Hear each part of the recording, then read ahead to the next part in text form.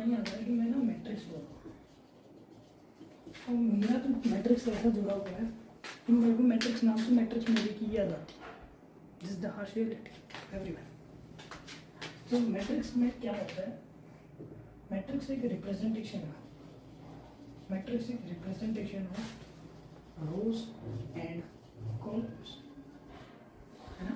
तो मैट्रिक्स एक टेबल बोल सकते हो क्या? यस, मैट्रिक्स एक टेबल बोल सकते हो। यस, लेकिन इनसिग्निफिकेंट फॉर्म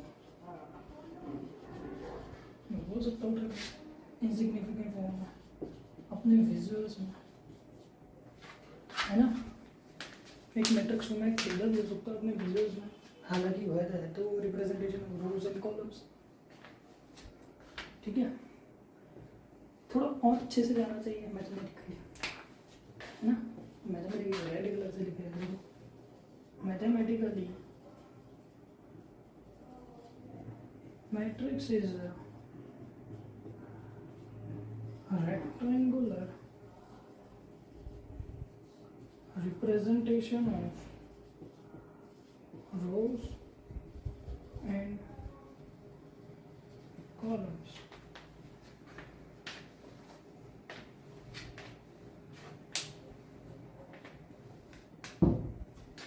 जैसे मैं आपको ना दो क्वेश्चंस दे दूँ, ठीक है, टू वेरिएबल्स के इक्वेशन दे दो समझो, तो आप वहाँ से एक मैट्रिक्स निकाल दो। उस पहले मैं आपको एक मैट्रिक्स का रिप्रेजेंटेशन निकाल देता है।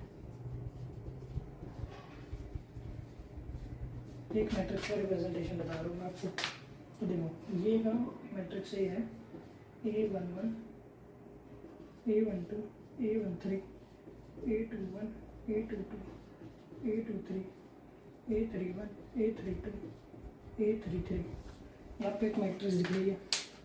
अब इसकी ना चीज़ें बताते हैं। अच्छा, ये क्या है, ये जो जा रहे हैं इधर, ये क्या है और ये क्या है, ठीक है। तो ये लाइन देख लो, ये हॉरिजॉन्टल लाइन है, ये जो है वर्टिकल लाइन। ये वर्टिकल लाइन जो है ये सर, इसके हम कहते हैं, ये जो एक एक आपको दिख रहे हैं ना,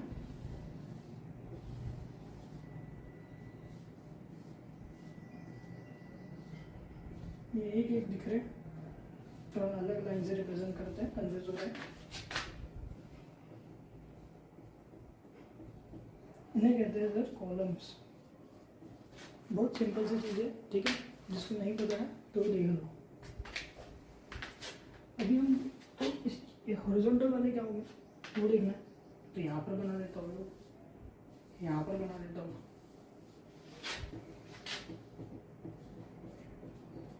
ये होते हैं सर रोज, ठीक है, बात समझ में आ गई। हॉरिजॉन्टल लाइन मिली, रोज मिल गया, वर्टिकल लाइन मिली, मतलब कॉलम्स मिल गया।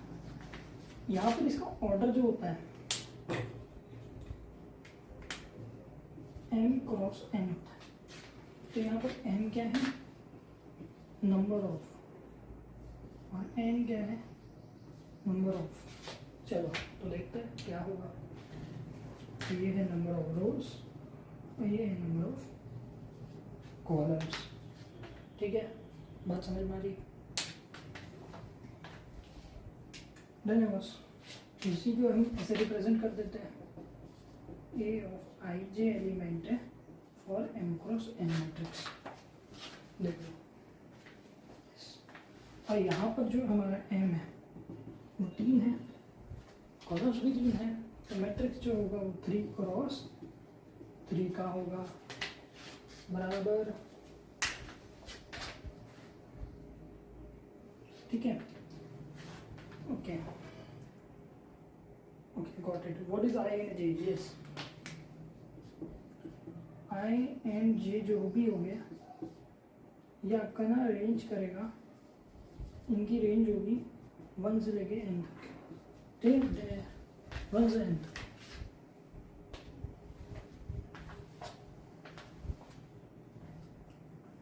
ठीक है, अब हमें देखना है कुछ पॉइंट्स कि देखो, if m equals to n हो गया, अगर m इक्वल्स टू n हो गया तो क्या होगा,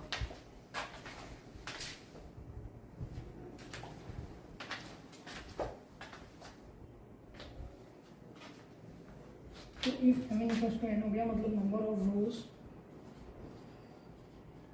और नंबर ऑफ कॉलम्स ये इक्वल हो गया, तो ये एक ना स्क्वायर मैट्रिक्स होगा, है ना। ठीक है, अब देखते हैं सबसे पहले रो मैट्रिक्स क्या होता है, कॉलम मैट्रिक्स क्या होता है। ये तो हमने रिप्रेजेंटेशन बना दिया है। तो रो मैट्रिक्स, ठीक है, थोड़ा नॉइस आ रहा होगा, so sorry about that. So row matrix मतलब m इक्वल्स टू 1 मान लेते हैं, ठीक है, क्योंकि कॉलम तो है ही ना भाई, कॉलम 0 है, ठीक है। तो एग्जांपल दे रहा हूँ कि ए कोई मैट्रिक्स होगा, रो मैट्रिक्स बना रहा हूँ, तो ये 1 2 3 4 ये कोई रो मैट्रिक्स है, ठीक है। और इसमें कैसा ऑर्डर दूंगा मैं, यहाँ पर कॉलम्स कितने हैं भाई, कॉलम्स कोई बन रहे हैं बताओ। अच्छा मैंने यहाँ कॉलम्स कैसे जीरो कर दिया, मैं गलत है ना, कॉलम्स 4 बन रहे हैं, तो ये 1 क्रॉस 4 का मैट्रिक्स बन रहा है। लो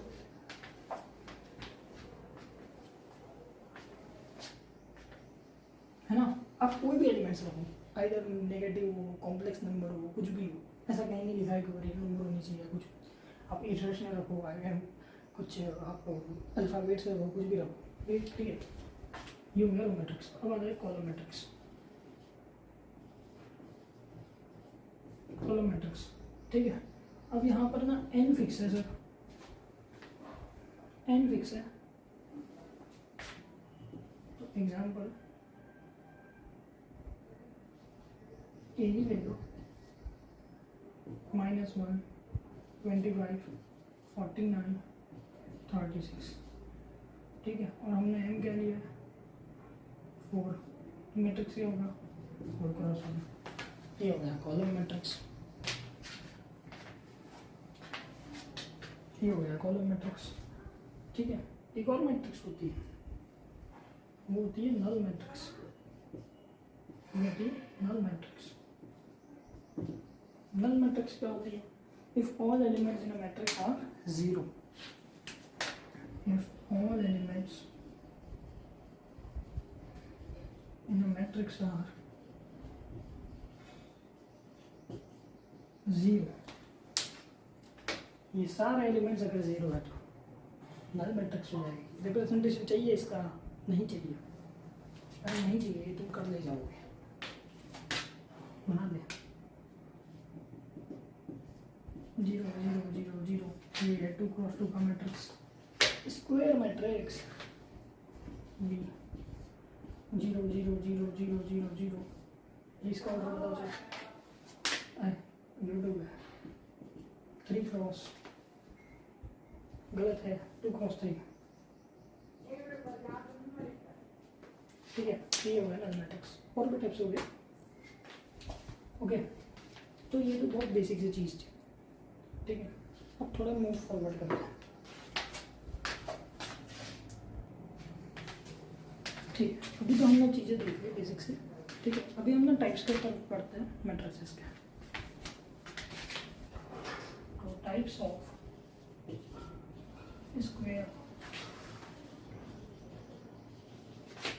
मैट्रिसेस देखिए, ठीक है। रिप्रेजेंटेशन तो सबसे पहले आप देख लो, A11 A12 A13 A14,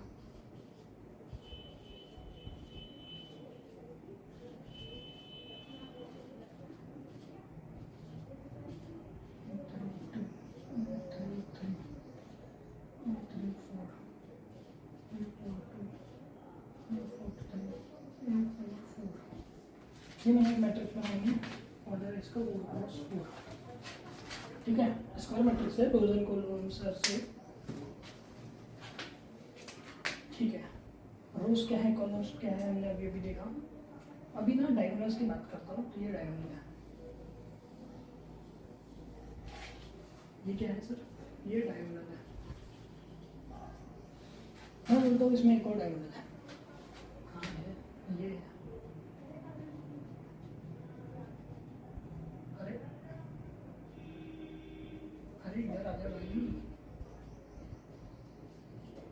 of diagonal है, ये ऑफ डायगोनल देखिए, ठीक है। तो एक बार बहुत अच्छे से याद रखिए, कोई मैट्रिक्स हो, in any matrix there are two diagonals, दो डायगोनल्स होता है, कोई मैट्रिक्स उड़ा देंगे, ठीक है। एक और जगह बात बताता हूँ, एक और नाम इंजीनियरिंग में बोलते हैं सर,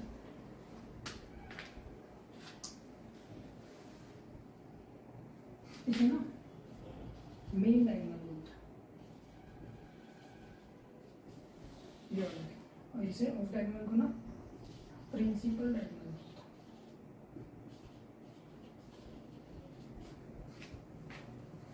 ठीक है। अच्छा, ए आई जी का रिप्रेजेंटेशन क्या है यहाँ, ए आई जी का रिप्रेजेंटेशन क्या है मैट्रिक्स में, तो देखो यहाँ पर ना आई जो है और जे जो है वो इक्वल है, ठीक है। तो are called diagonal,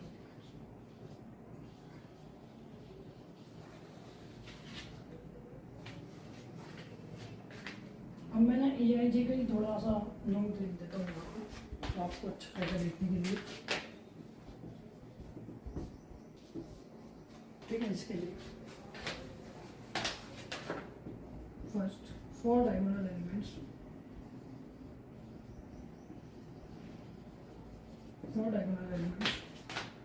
I equals to J होगा for every value of I and J, highlight करेंगे इसको, ठीक है। फॉर अपर डायगोनल, नाम थोड़े मतलब जो नए हैं तो उनको नाम थोड़े नए लगेंगे, ठीक है। अब मैं इसको आगे एक्सप्लेन करूँगा, भी नाम याद करो। अपर डायगोनल एलिमेंट्स आई और जे की कंडीशन होगी, तो जे जो होगा बराबर होगा for all values of I and J. Third, for lower diagonal elements, जो हमारा आई जो होगा जे से बड़ा होगा for all values of I and J. Fourth number पे ले लो,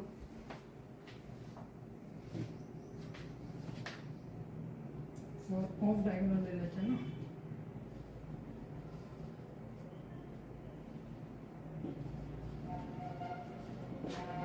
फॉर ऑफ डायगोनल एलिमेंट्स मेरा जो आई और जे होगा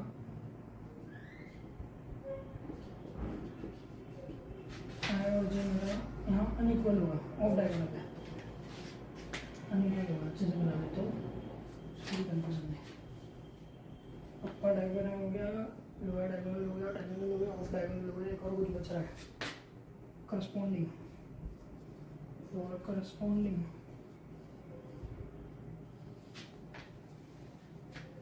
elements A J I and A I G, ये होगा, ओके। सो हमने नोट तो बना लिया, अब एक एक टाइप लेके चलना है, ठीक है। अब यहाँ अगर कुछ कंफ्यूजन है तो उसके लिए कोई टेंशन लेने की ज़रूरत नहीं है, हम आगे और बात करेंगे। सबसे पहले ना मैं आपको बताता हूँ, सबसे पहले एक टाइप होता है मैट्रिक्स का, उसका नाम है अपर ट्रायंगुलर मैट्रिक्स, और ट्रायंगुलर मैट्रिक्स जिसे हम कहते हैं यूटीएम, जिसे हम कहते हैं यूटीएम, अपर ट्रायंगुलर मैट्रिक्स। कितना स्टैंडर्ड नाम होता है नहीं, है नहीं मुझे मैं मैट्रिक्स बनाने जा रहा हूँ, यही वाली बनाना था, लेकिन ठीक है वापस बना लेते हैं, मैं तो कर ही सकते हैं। A11 A12 10 सेकेंड्स आगे बढ़ा सकते हैं।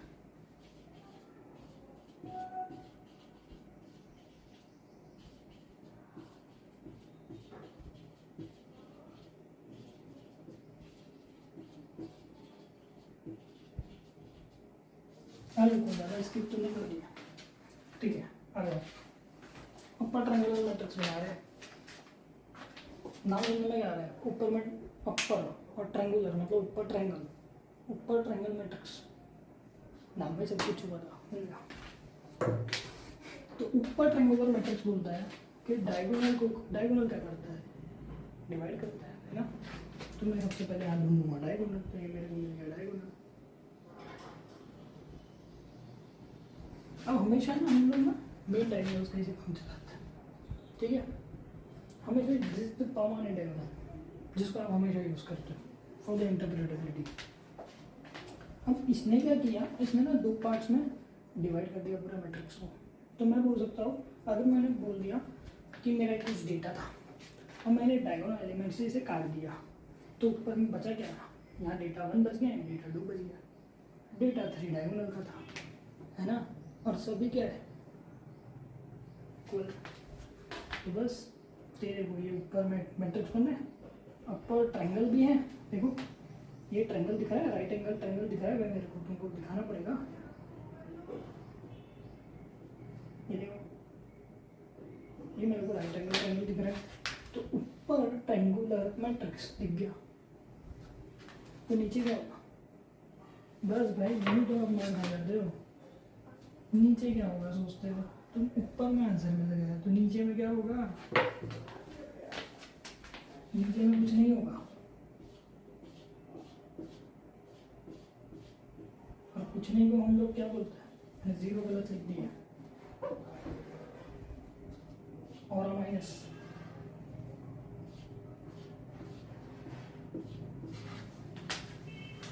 नीचे जीरो होगा, तो हम कहते हैं अपर ट्रायंगुलर मैट्रिक्स, ठीक है।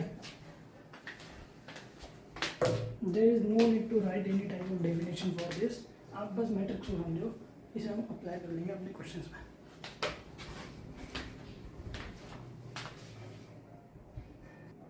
तो इसी के साथ साथ हम देखेंगे सेकंड, ये लिख देते हैं,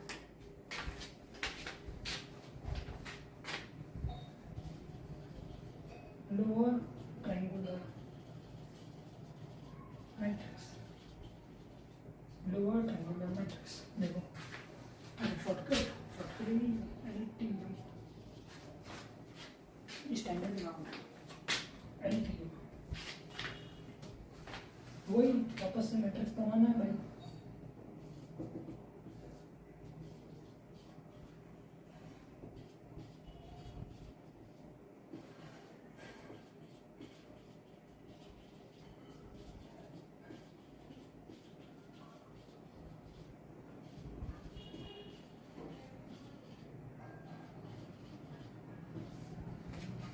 ये अपर था तो लोअर है, बस आगे आंसर।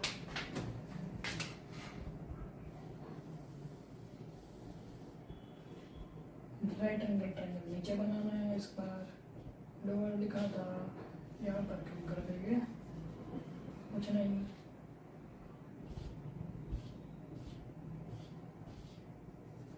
गलत हो गया क्या, अच्छा ये तो ये हो गया आपका इंटीरियर मैट्रिक्स, ठीक है। फिर आता है थर्ड, डायगोनल मैट्रिक्स।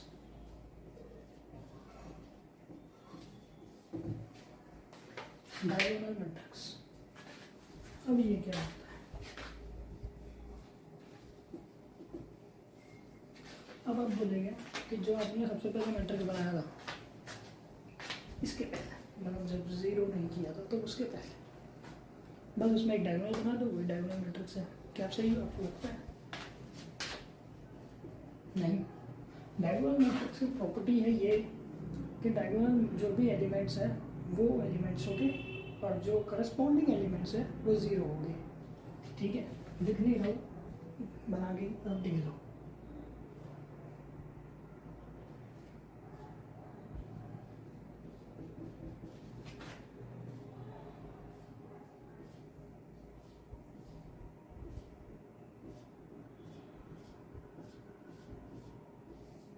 बस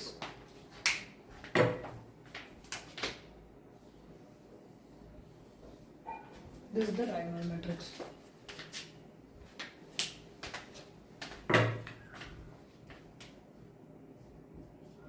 फिर होता है स्केलर मैट्रिक्स।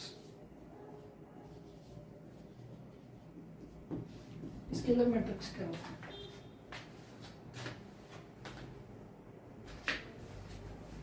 स्केलर मैट्रिक्स मतलब क्या होता है? सबसे पहले स्केलर का मतलब बताओ मेरे को। स्केलर मीन्स कोई कांस्टेंट, ठीक है। स्केलर मीन्स कोई कांस्टेंट। तो मैट्रिक्स बनानी है ना। तो ये कांस्टेंट कहाँ होगा? ये भी क्वेश्चन। ये कांस्टेंट ना आपके मेन डायगोनल्स में होगा।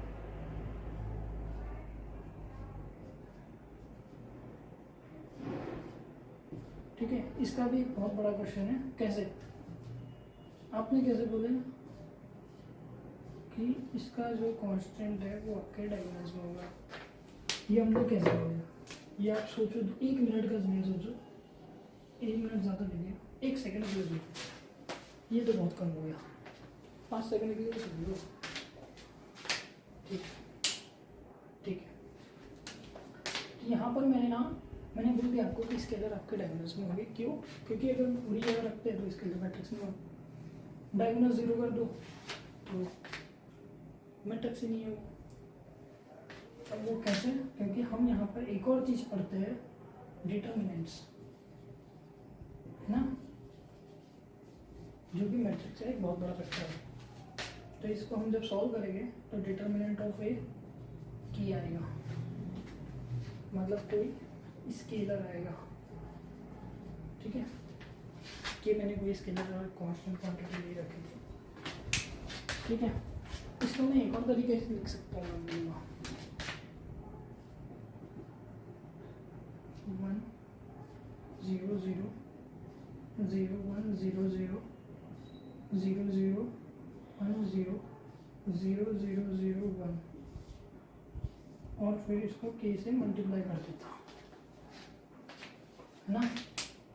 और इसको मैं क्या लिखता हूँ? k इंटू आई लिखता, क्योंकि ये जो मेरी मैट्रिक्स बनी है, तो ये जो मैट्रिक्स है इसे हम कहते हैं आइडेंटिटी मैट्रिक्स। तो जो हमने स्केलर मैट्रिक्स के अंदर ही आइडेंटिटी मैट्रिक्स पढ़ लिया, जगह बच गई। ठीक है, आइडेंटिटी मैट्रिक्स को आई से रिप्रेजेंट करते हैं। ठीक है, रिप्रेजेंटेशन। ठीक है, मुझे एक बात करनी है कि डायगोनल मैट्रिक्स में मुझे एक और बात बतानी है।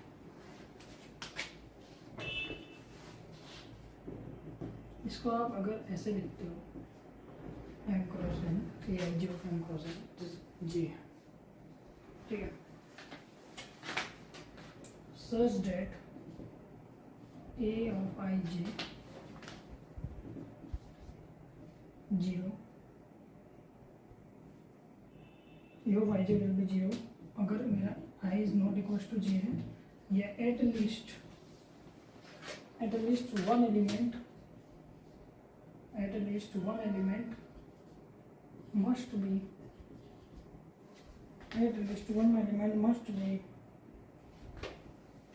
non-zero, और इसकी कंडीशन होती है i इक्वल्स टू जे। अगर ये कंडीशन फुलफिल कर दिया, then we will see that is diagonal matrix. ठीक है, ये इम्पोर्टेंट बात है, ये इम्पोर्टेंट बात है। ठीक है, इसलिए आपको बता दी मैं,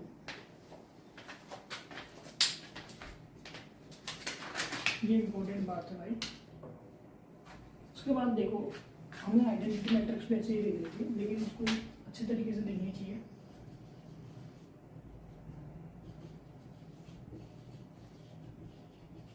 identity matrix for A of ij of n cross n, ठीक है, where A of ij जो है तो आपका 0 होगा या 1 होगा। 0 होगा जब i is not equals to equals to j। ठीक है, इसमें कुछ प्रॉपर्टीज भी है, उसमें नोट करके मैं आपको लिखवा देता हूँ। फर्स्ट,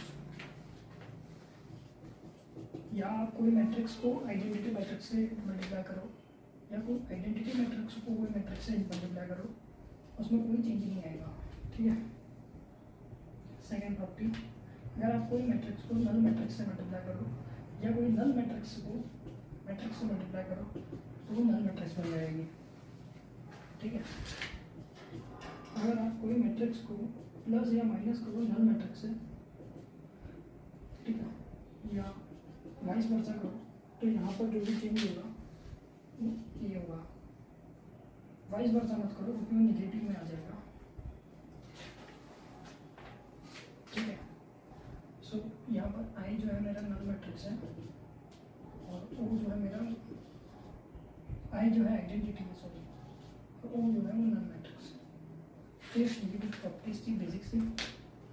उसके बाद एक हम बहुत अच्छा मैट्रिसेस पढ़ते हैं जिसे हम बोलते हैं इक्वल मैट्रिसेस। देखो इक्वल मैट्रिसेस क्या होते हैं, तो ए और बी हम दो मैट्रिक्स लेते हैं, A and B matrices, both are equal if, जब भी कंडीशन होगी तो first condition if they are of same order. Second condition, each element is also same. Each element is also same. अब मैं आपको मैट्रिक्स बना के देता हूँ। जैसे ये कोई मैट्रिक्स है ए बी सी डी, ये कोई मैट्रिक्स है एक्स वाई जेड डब्ल्यू, ये दो कोई मैट्रिक्स बना दिया मैंने। अब मैं यहाँ पर बोल रहा हूँ such that A equals to B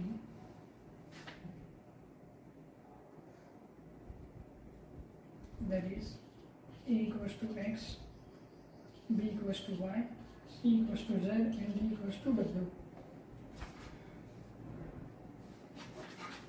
आप एक बार देख लो,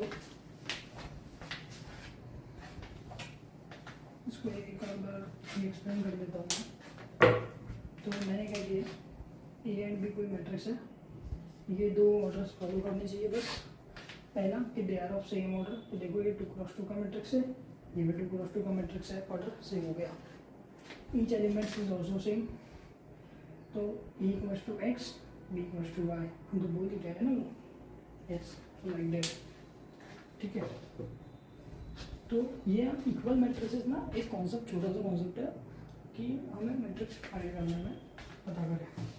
तो इसका एक एग्जांपल दे सकता हूँ मैं यहाँ पर। जैसे मैं एक मैट्रिक्स बना रहा हूँ 2x minus 3 4 minus 1 0 and B matrix ले लेता हूँ कोई 2 minus 1 3 x plus Y minus 1 0। ठीक है। अब मैं यहाँ पर बोल रहा हूँ अगर a इक्वल्स टू बी है तो मैं देखो 2 इक्वल आ गया है ना, x की वैल्यू क्या आ गई -1 आ गई, देखो x की वैल्यू -1 आ गई, -3 + 3 4 -1 0 है ना, ये -3 होगा क्या, यहाँ पर भी माइनस, क्वेश्चन ही गलत है। ठीक है, अभी सही है। तो मैं देखो हमने कंपेयर कर दिया, x की वैल्यू -1 आ गया, x प्लस वाई जो है वो आ गया, तो इसको मैं यहाँ रख दो तो y आ जाएगा, तो -1 और वो वहाँ माइनस में गया।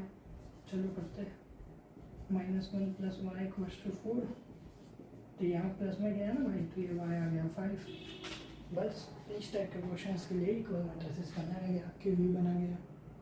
अगर ये नहीं होता तो हम कैसे करते हैं, कोई लॉजिक है इसका नहीं है। तो इक्वल मैट्रिसेस इंपॉर्टेंट कॉन्सेप्ट हुआ है ना, तो इस टाइप के क्वेश्चन को भी जो सॉल्व करने होने चाहिए है ना। नहीं तो आप तो रिलेशनशिप भी बनाते रह जाओगे, वो बहुत लेंथी अप्रोच है। ठीक है। तो मैट्रिक्स एडिशन एंड सब्ट्रैक्शन तो देख लेते हैं यहाँ पर। इफ ए मेरी कोई मैट्रिक्स है, A B C D E F rectangular matrix है, ठीक है। इसका ऑर्डर है 2 क्रॉस 3 एंड बी एक और कोई मैट्रिक्स होगी मेरी, alpha beta gamma X Y Z. अब मैं क्या कर रहा हूँ, देन ए प्लस या माइनस बी कर रहा हूँ, ठीक है। तो ये जो रिजल्ट होगा डायरेक्ट रिजल्ट दे देते हैं, A plus minus alpha, B plus minus beta, C plus minus gamma, D plus minus X, D plus minus Y, F plus minus Z. ये भी 2 क्रॉस 3 मैट्रिक्स ऑर्डर था, ये भी 2 cross 3 order.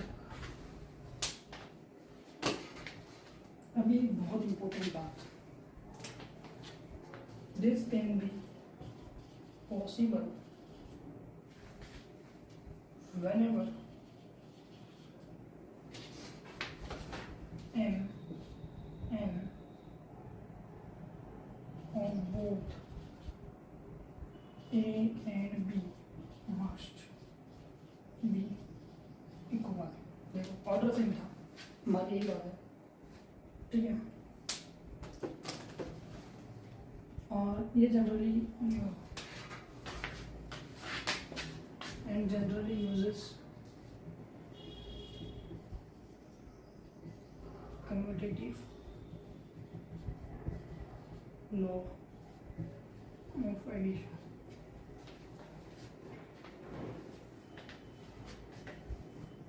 and associative associativity, ठीक है। एक example ले लेते हैं इसमें, ठीक है, अंडरस्टैंडिंग कर जाएगी इसमें।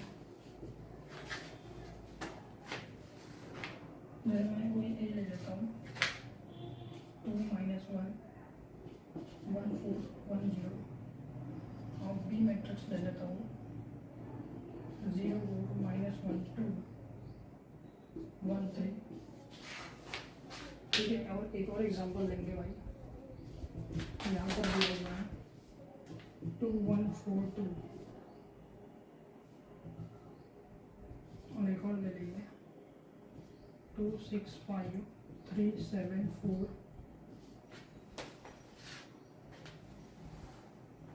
ठीक है। तो दोनों को सॉल्व करते हैं। तो फर्स्ट वाले को देखो, अगर मैं बोलूँ कि मेरे को a प्लस बी चाहिए, तो मैं झटक से इसको उठा लूँगा, तो ये आ गया 2 + 0 2 -1 + 4 3 0 4 और 2 6 1 और 1 2 0 और 3 3, ये आ गया मेरे पास a plus B. a minus B कर दूँगा तो क्या हो जाएगा,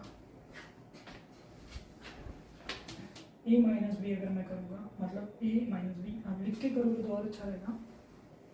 तो इसका आंसर आएगा 2 - 5 2 - 5 यस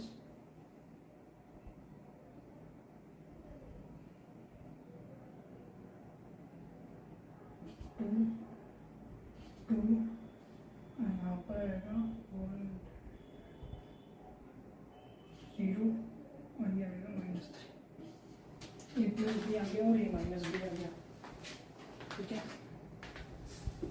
ये इसका आंसर आ गया। यहाँ पर बताओ, अब यहाँ पर देखो इसका ऑर्डर क्या था, इसका ऑर्डर था 3 क्रॉस 2 का, इसका भी ऑर्डर था 3 क्रॉस 2 का। यहाँ पर सबसे पहले ऑर्डर देख लो, ऑर्डर क्या है 2 क्रॉस 2, ऑर्डर क्या है 2 क्रॉस 3। तो देखो इट्स एडिशन और सब्ट्रैक्शन नॉट पॉसिबल, ठीक है। Since they both have unequal और डिफरेंट ऑर्डर्स, ठीक है। तो ये हमारी एडिशन सब्ट्रैक्शन की बात हो गई।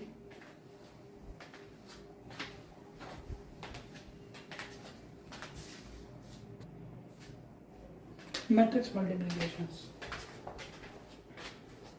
तो हम यहाँ कंसिडर करेंगे सबसे पहले let A matrix of A, इसका ऑर्डर है n cross n, and B कोई मैट्रिक्स है जिसका ऑर्डर है n cross p। Okay, so यहाँ पर मैं देख लेता हूँ सबसे पहले number of columns in first matrix. तो इसकी प्रॉपर्टीज देख लेते हैं।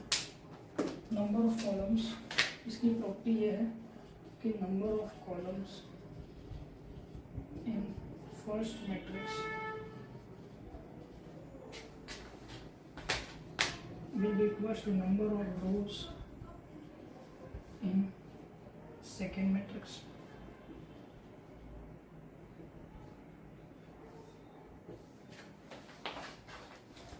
ये प्रॉपर्टीज है, तो बस ये हो गया तो मैट्रिक्स मल्टीप्लिकेशन होगा। अदरवाइज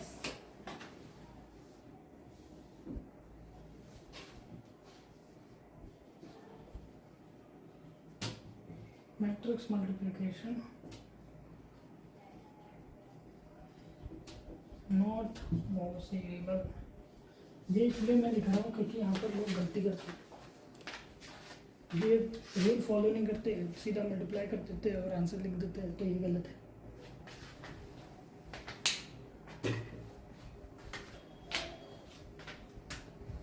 ठीक है, so in here by applying property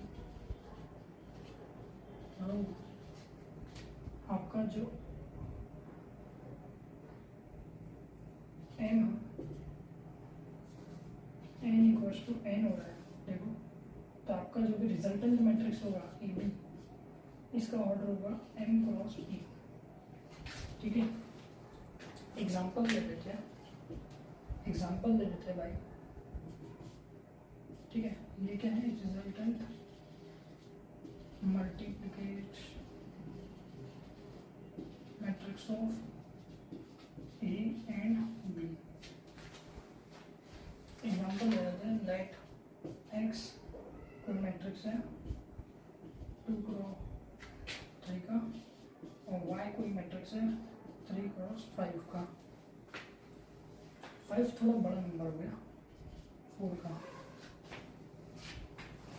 तो इसे मुझे एक्स वाई बनेगा या नहीं बनेगा।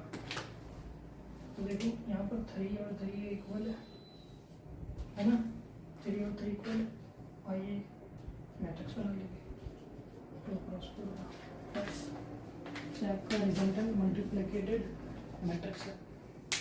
ठीक है, तो ऐसे ही बस निकालते हैं और मैट्रिक्स मल्टीप्लाई कर देते हैं बस। तो देखते हैं,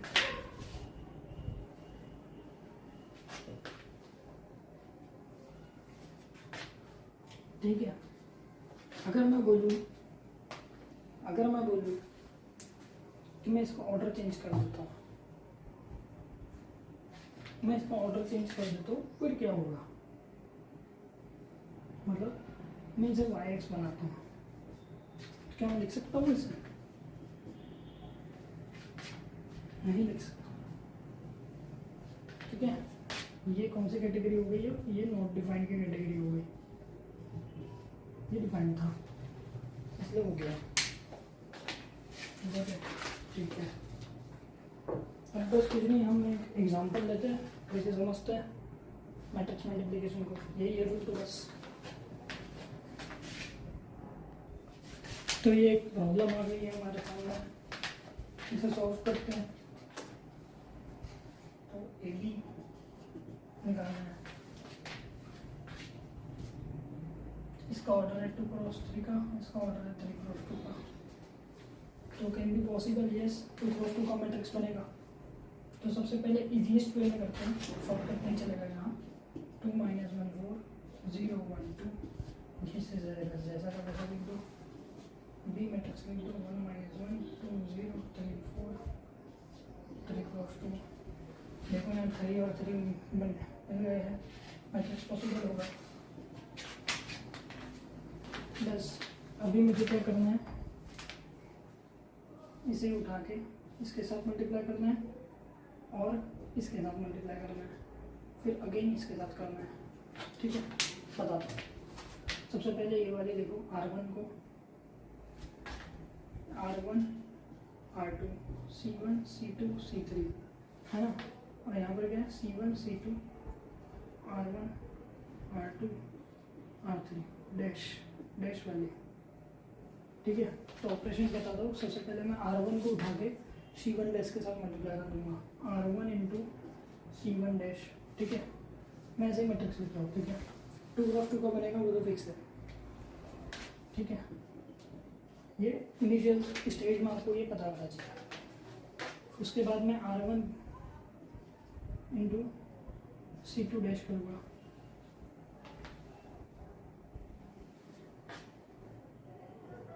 उसके बाद मैं R2 इंटू C1 डैश करूँगा और R2 इंटू C2 डैश करूँगा, देख लो।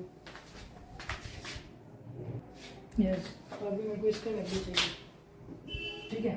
अब इसका वैल्यू चाहिए मुझे, ठीक है। क्या होगा, तो आप मल्टीप्लाई कर लेते हैं, तो 2 इंटू 2 प्लस, तो 2 माइनस 2 0 4 3 12। उसके बाद R1 C2 डैश के लिए चाहिए R1 C2 डैश माइनस 2 16 14, ठीक है। फिर 0 1 2 को इसके साथ करना है, तो ये तो 0 हो गया, 2 प्लस 6 8, फिर इसी को R2 C2 डैश करना है, तो 8।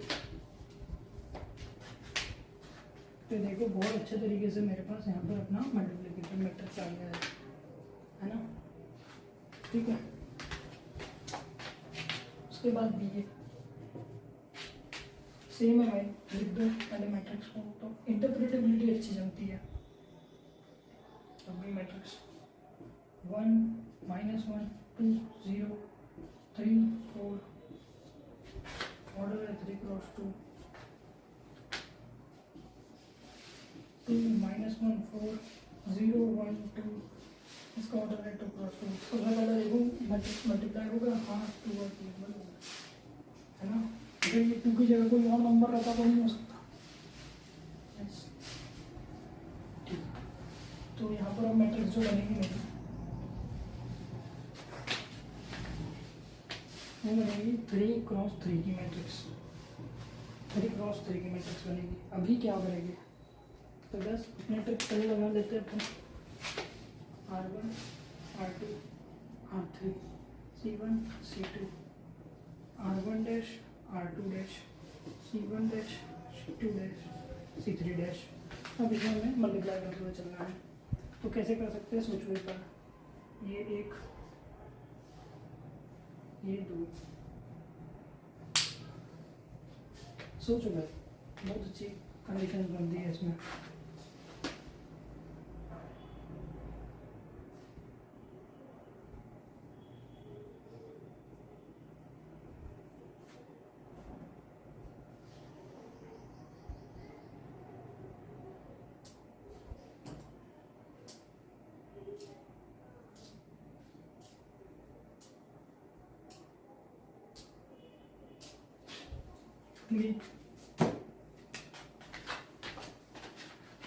इसको इसके साथ, फिर इसी को इन्हीं के साथ, इसी को इन्हीं के साथ ऊपर की रो भर दे, फिर इसको इन्हीं के साथ, इसको इन्हीं के साथ, बस बन जाएगी। R1 C1 dash R1 C2 dash R1 C3 dash, order follow होगा बस। देखो R2 C1 dash R2 C2 dash R3 C3 dash dash R3, sorry यहाँ मैंने R3 C1 dash R3 C2 dash R3 C3 dash.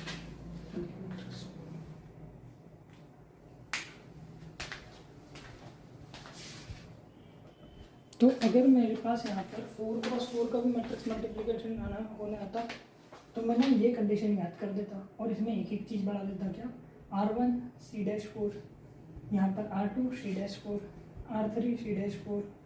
ठीक है, बात समझ में आई? आपको पैटर्न समझ गया तो आप कुछ भी कर ले जाओगे। ठीक है, अभी फिलहाल इसका मल्टीप्लिकेशन चल लेते हैं। चलो आ जाओ। तो 1 दिस एक करना आएगा तो इसको कर लेते हैं। सो दिस 2 -2 यहाँ है 2 अगेन,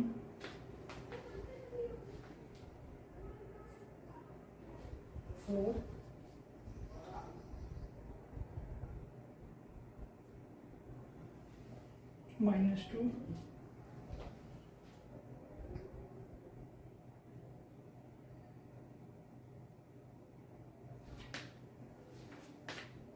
8 6 -3 + 1 12 + 8 20। तो हो गया मैट्रिक्स मल्टीप्लिकेशन बाय। तो ये एक शॉर्टकट मेथड ही है, नहीं तो आप बस क्या रिप्रेजेंट करके लिख के करते हैं। माइंड में कैलकुलेशन करो +-, फिर आता है हमारे पास में स्केलर मल्टीप्लिकेशन। बहुत छोटी सी मिलता है।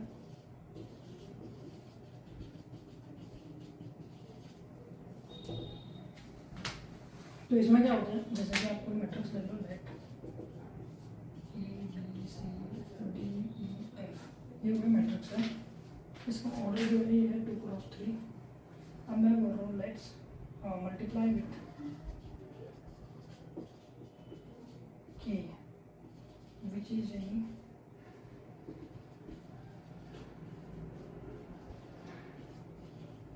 scalar quantity, which is any scalar quantity। तो बस मुझे क्या करना है, K को कोई मैट्रिक्स से सब मल्टीप्लाई कर देना है।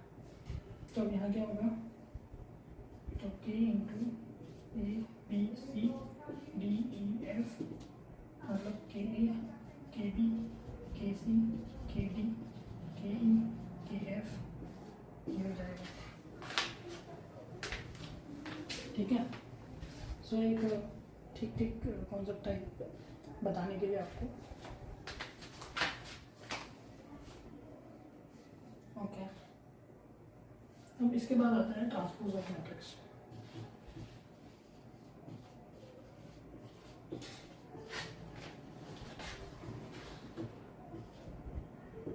ट्रांसपोज ऑफ मैट्रिक्स इसको रिप्रेजेंट करते हैं for matrix A. For matrix A, जैसे हमको कोई मैट्रिक्स ए दी हुई है, A B C D E F G H I, ये कोई 3 × 3 की भाई मैट्रिक्स दी रखी है। ठीक है, तो मैंने ट्रांसपोज को ऐसे, ये होता है।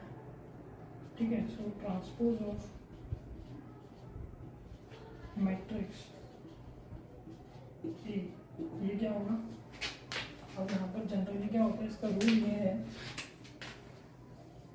रोज एंड कॉलम्स गेट्स इंटरचेंज। ठीक है, ये रूल है, बस ये रूल को फॉलो कर लो। तो रोज क्या है, ये रोज है और ये कॉलम्स है, बस इंटरचेंज कर दो। तो A B C D E F G H I। तो देखो यहाँ से एक बात मेरे को समझ में आई, interchange but order of the matrix remains same. क्या ये बात सही है? तो ये जो स्क्वायर मैट्रिक्स था, इसमें let's take for matrix B 2 1 4 9 5 6। अब इसका ऑर्डर जो है कुछ, और A ट्रांसपोज किए इसका, ये हो जाएगा 2 1 5 4 9 6। और इसका ऑर्डर यहाँ पर क्या है भाई, ये है 2 × 3 का ऑर्डर, ये 3 × 2 का ऑर्डर है। तो ये जो हमने आखिरी में जो ये बहुत बकवास सी लाइन लिखी है ना, ये गलत है। ऑर्डर ऑफ द मैट्रिक्स जो मैं see only if it is square matrix, ठीक है। तो यह बकवास नहीं हो गई, ठीक है। तो कहने का पूरा मतलब ये क्या था कि रोज एंड कॉलम्स इंटरचेंज हो गए और ऑर्डर सेम होगा मैट्रिक्स का, लेकिन जब भी तब वो स्क्वायर मैट्रिक्स रही होगी तब, नहीं तो नहीं, ठीक है। नहीं तो कोई ज़रूरी नहीं है ये बात कि ऑर्डर हमेशा सेम होगा, क्योंकि यहाँ पर जो हमारा ऑर्डर चेंज हो चुका है, ठीक है। यहाँ पर देखो ऑर्डर गेट्स चेंज्ड, ठीक है। बात समझ गए, ओके। तो ये है हमारी बात ट्रांसपोज ऑफ मैट्रिक्स में, ओके। सो इनकी दो छोटी छोटी प्रॉपर्टीज हैं, मैं इनको मैं मेंशन कर देता हूँ मैं। First A plus B whole transpose, इसको हम लिख सकते हैं A transpose plus B transpose. Second A transpose का ट्रांसपोज ए होता है, क्या होता है, ठीक है। इसको और भी प्रॉपर्टीज मैं आगे में बताऊंगा एक साथ, ये बस कुछ की पॉइंट्स थे, ठीक है। ऐसे की पॉइंट्स ले लो, प्रॉपर्टीज मत ले लो, ठीक है। फॉर द अंडरस्टैंडिंग ये था की पॉइंट्स, ओके। अभी मैं आपको बताने जा रहा हूँ माइनस क्या होता है, ठीक है। माइनस एंड कोफैक्टर्स हमने एक नाम सुना है, मैं बस यही बताऊँगा होते क्या है, ठीक है। एक एक बना के नहीं दिखाऊंगा भाई। माइनस एंड कोफैक्टर्स एक एक बना के उम्मीद मत रखो मेरे से, ठीक है। तो सबसे पहले इसको रिप्रेजेंट करते हैं एम आई जैसे, और कोफैक्टर को रिप्रेजेंट करते हैं सी आई जैसा। तो कोई मैट्रिक्स बना लेता हूँ मैं, A11 A12 A13 A21 A22 A23 A31 A32 A33, ये है 3x3 मैट्रिक्स। बाकी चीज़ें रेस करने जा रहा हूँ मैं।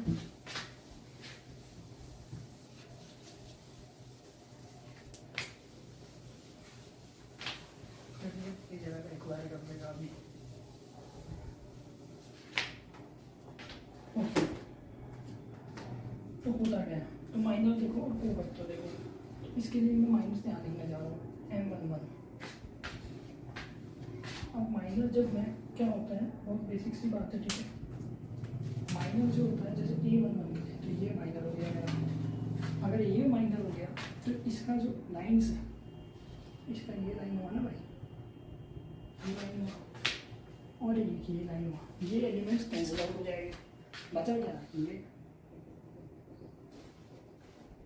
है ना। तो ये मेरा माइनर हो जाएगा A22 A23 A32 A33, ठीक है। ये इसका माइनर हो गया M11 के लिए। इसी पे कोफैक्टर देखना है अगर मेरे को इसका, तो क्या होगा, -1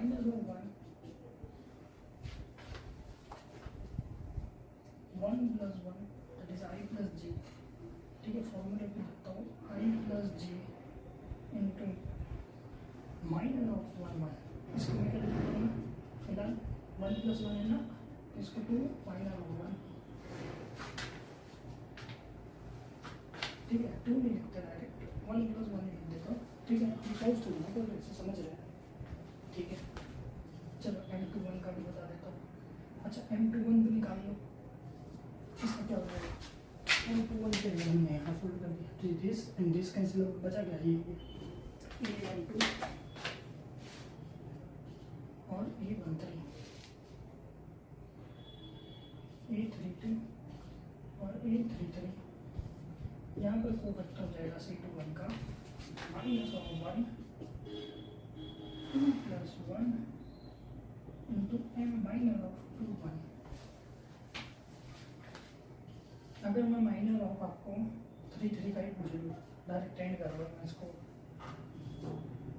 3 3 का मतलब तो दिस ये माइनस में क्या होगा A11 A12 A21 into two, इसमें को फैक्टर निकालने ऐसे 3 के वो हो गए minus of 1, 3 + 3 into m of 3 2 3.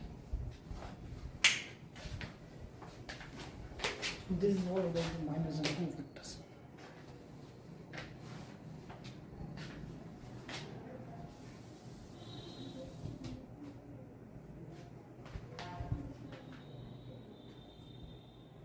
अब इसमें आपको क्वेश्चन ये आते हैं कि आपको कोई मैट्रिक्स दे दी जाएगी और क्वेश्चन आ जाएगा राइट इट्स माइनस एंड को फैक्टर्स. तो आपको यही करना है. इसमें हम एग्जांपल देने लायक कुछ है नहीं. यहाँ ऐसा कुछ आ जाएगा, suppose this is matrix find cofactors matrix, find cofactor matrix. तो अब यहाँ पर क्या करोगे, कोफैक्टर आपके एक हर स्टेप आते जा रहे हैं, बस उसको पुट अवे कर दो, एक नया मैट्रिक्स बन जाएगा, उसे हम बोल देंगे कोफैक्टर मैट्रिक्स. बस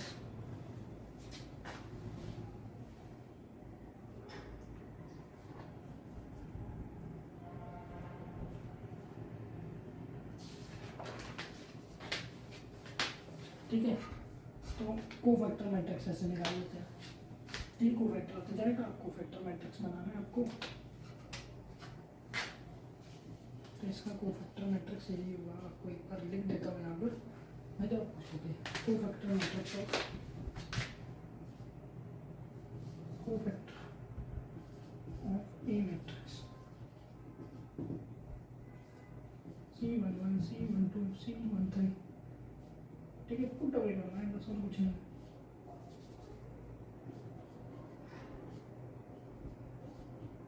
मेरे से ए बन जाता है जनरली बहुत बार. ये भी सेम हो जाता है.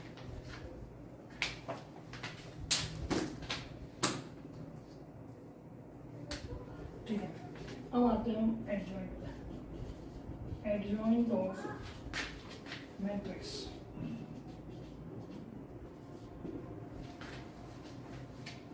तो एडजॉइंट ऑफ मैट्रिक्स क्या होती है, let A B in given matrix. So adjoint of ए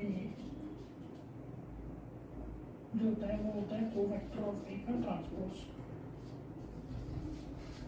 मतलब कि आपका जो भी एडजॉइंट ऑफ, अगर आप कोफैक्टर ऑफ ए मैट्रिक्स अगर आपके आ गई और वहाँ पर एडजॉइंट निकालना है तो उसका ट्रांसपोज कर दो. तो यही लिख भी दिया मैंने. Okay okay.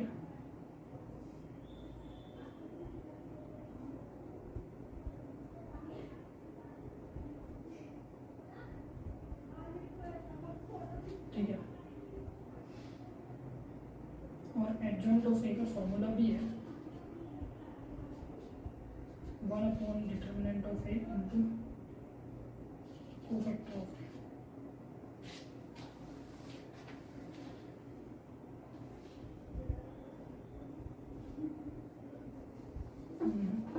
सॉरी गलत लिखते हैं. Adjoint of A determinant of A into inverse. ठीक है, फिर इसके बाद आता है inverse of matrix. Inverse of matrix तो समझो कोई ए मैट्रिक्स होगी तो उसका फॉर्मूला डायरेक्ट लिख देता हूँ. ए इनवर्स 1/डिटर्मिनेंट of A into adjoint of A matrix. या इसको ऐसे भी लिख सकते हो 1/डिटर्मिनेंट of A into cofactor of A का ट्रांसपोज. बात तो एक ही, बात एक ही. ओके.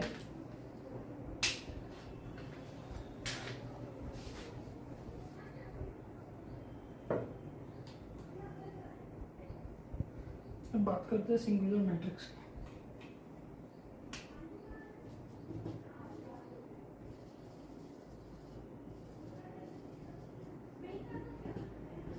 सिंगुलर मैट्रिक्स तो यहाँ पर ही होता है.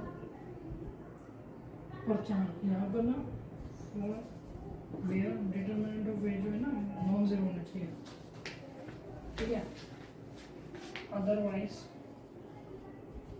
A inverse will not exist.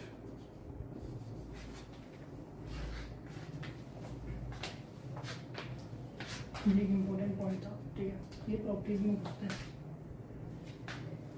Singular matrix क्या होता है? If A is determinant of A 0 होगा, then A inverse is singular, ठीक है। तो आपका हमेशा ये क्या होना चाहिए? नॉन सिंगुलर होना चाहिए डिटरमिनेंट,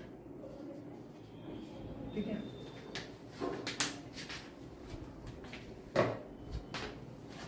तो इसमें आपको एग्जांपल यही है कि कोई मैट्रिक्स आ गया, इन्वर्स निकालना है, तो आप यूजिंग दिस फॉर्मूला आप कर सकते हो, ठीक है। But there is one trick, to find out the inverse of the matrix.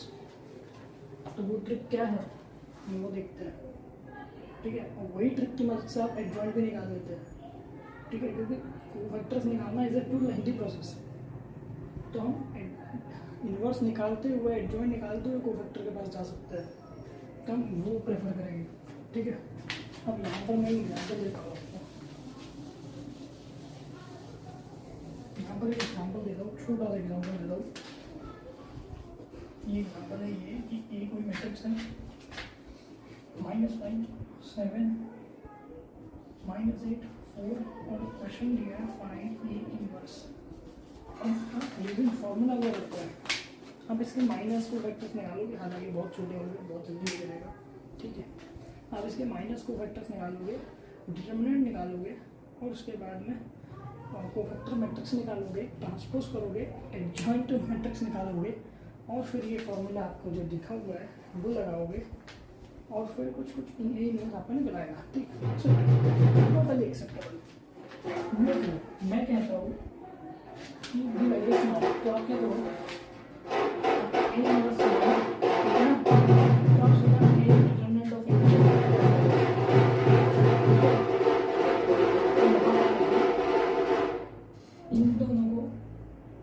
इन दोनों को चेंज कर दो, 4 -5 और यहाँ पर साइन चेंज कर दो, 8 -7, बस इंडिया।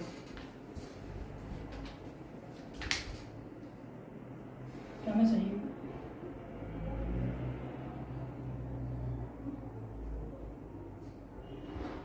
हाँ मैं सही हूँ। डिटरमिनेंट क्या होगा इसका?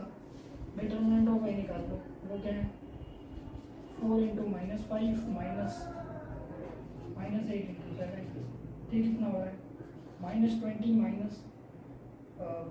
-56, ये प्लस हो गया, ठीक आ गया 36, तो 1/36 डिटरमिनेंट ऑफ मैट्रिक्स 4 -7 8 -5, बस यहाँ पे ए इनवर्स, हमने ए इनवर्स निकाल लेंगे। अब ये जो मैंने मेथड लगाई यहाँ शॉर्टकट हो रही है, उसे एक बार इवैल्यूएट कर देते हैं। तो shortcut method to find adjoint of A matrix.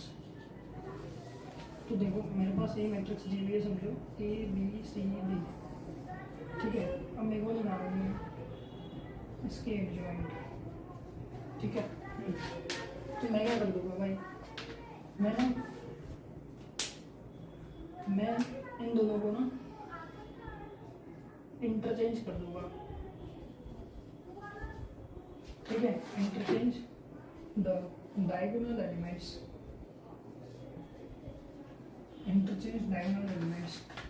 और ऑफ डायगोनल्स में क्या करूँगा?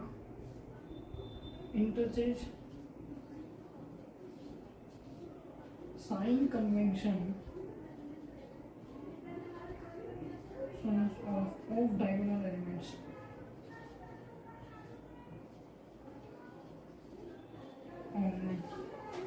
ठीक है। तो हम क्या कर रहे हैं यहाँ पर डायगोनल एलिमेंट्स इंटरचेंज कर रहे हैं, और ऑफ डायगोनल में हम उसके साइन कन्वेंशन इंटरचेंज कर रहे हैं, बस। तो क्या हो गया मेरी B A, और यहाँ साइन कन्वेंशन चेंज कर दो, -C -B, बस एडजॉइंट आ गया। अगर आप लेंथी अप्रोच से करो तो यही आंसर आएगा। अब लेकिन ना ये मेथड का कैच है, ये एक मेथड का कैच है, and the catch is that this shortcut method only only applicable to 2x2 matrix। ठीक है, ये शॉर्टकट अप्रोच सिर्फ 2x2 मैट्रिक्स के लिए सीमित है। ओके, अब बस हमें कुछ लॉज देखने हैं जो कि इम्पोर्टेंट है।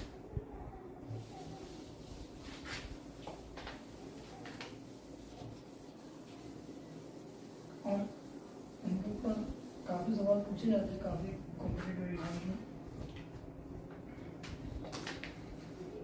That is the reversal law.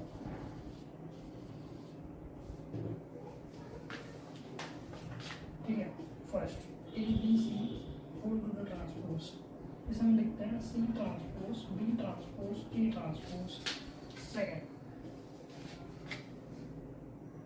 Adjoint of A B C, इसे हम लिखते हैं adjoint of C adjoint of B adjoint of A.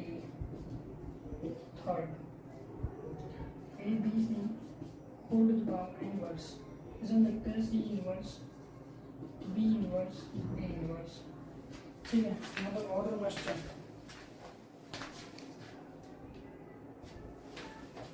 So these are the reversal laws, and after that we have a cancellation law।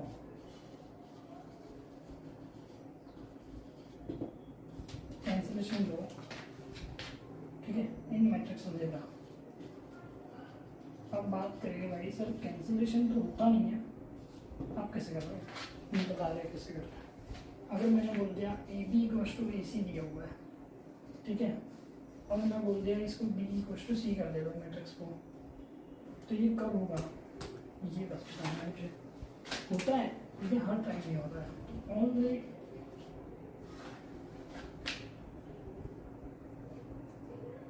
if A is non-singular matrix, only if A is non-singular matrix, that is when A inverse exists। इसका proof दे सकते हैं आपको, इसका proof करा देते हैं कि late determinant जो है वो नॉन जीरो है, मतलब नॉन सिंगुलर मैट्रिक्स है। That is A is non singular matrix है। अब मैं बोल रहा हूँ A B equals to A C, right? Yes. अब यहाँ पर देखो सिंस ए इनवर्स एग्जिस्ट कर रहा है ना, ए इनवर्स एग्जिस्ट कर रहा है, तो मैं कर दूँ ए इनवर्स से दोनों साइड मल्टीप्लाई कर देता हूँ, तो A inverse into A B A inverse into A C. मेरे को पता है कि मेरा जो मैट्रिक्स मल्टीप्लिकेशन है, जब मैं हम पढ़ रहे थे हमने बात की थी सिंस मैट्रिक्स यूजेस या फॉलोज बोल सकते हैं कम्यूटेटिव एंड एसोसिएटिव लॉ। तो यूजिंग एसोसिएटिव लॉ मुझे यहाँ 21 degree A inverse A into B A inverse A into C, बस ये तो आइडेंटिटी मैट्रिक्स हो गया ना, तो वो क्या हो गया बी इक्वल्स टू सी हो गया। तो देखो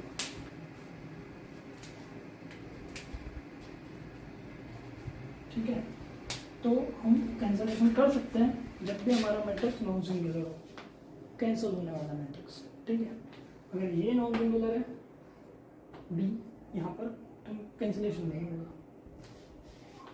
ठीक है, सो हमने आज यहाँ पर देख लिया है, काफ़ी चीज़ें देख ली है। हमने मैट्रिक्स देख लिया क्या होता है, टाइप्स देख लिए उसके, है ना, और एडिशन देख लिया, मल्टीप्लिकेशन देख लिया, एडजॉइंट देख लिया, कोवेक्टर देख लिया, इनवर्स देख लिया, और हमने शॉर्टकट मेथड देख लिया एडजॉइंट निकालने के लिए, और हमने रिवर्सल लॉ और कैंसिलेशन लॉ विद प्रूफ देखा है। ठीक है, रिवर्सल लॉ में भी प्रूफ्स होते हैं लेकिन सारे कॉम्प्लेक्स जुड़े, तो हम उसमें अभी जाते नहीं हैं क्योंकि वीडियो और ज़्यादा लंबी हो जाएगी। और हालांकि आपको ये हर कॉम्पिटेटिव एग्जाम्स में दिख जाएगी इसके क्वेश्चंस, और ये आपको हमेशा एक प्रॉपर्टी की तरह याद रखना पड़ेगा, ठीक है।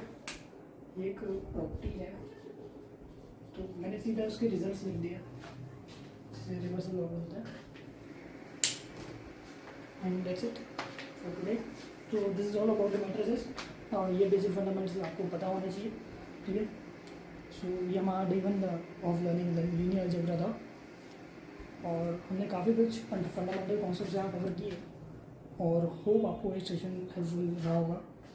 और ओके दैट्स इट। अब हम इसके आगे डिटरमिनेंट्स पढ़ेंगे,